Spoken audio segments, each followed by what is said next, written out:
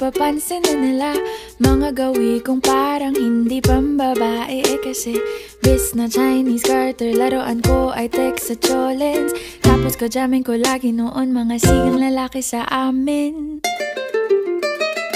Nung ako'y mag-high school ay napabarkada sa mga bay. Curious na babae na ang hanap din ay babae. Sa halip na makeup kit, bit-bit ko ay gitara. Tapos pormahan ko lagi ay long sleeves na t-shirt at faded na lonta. Pero nung makilala kita, nagbagong bigla ang aking timpla. Natutuwa ko na magpariban at mag-ahit ng kilay at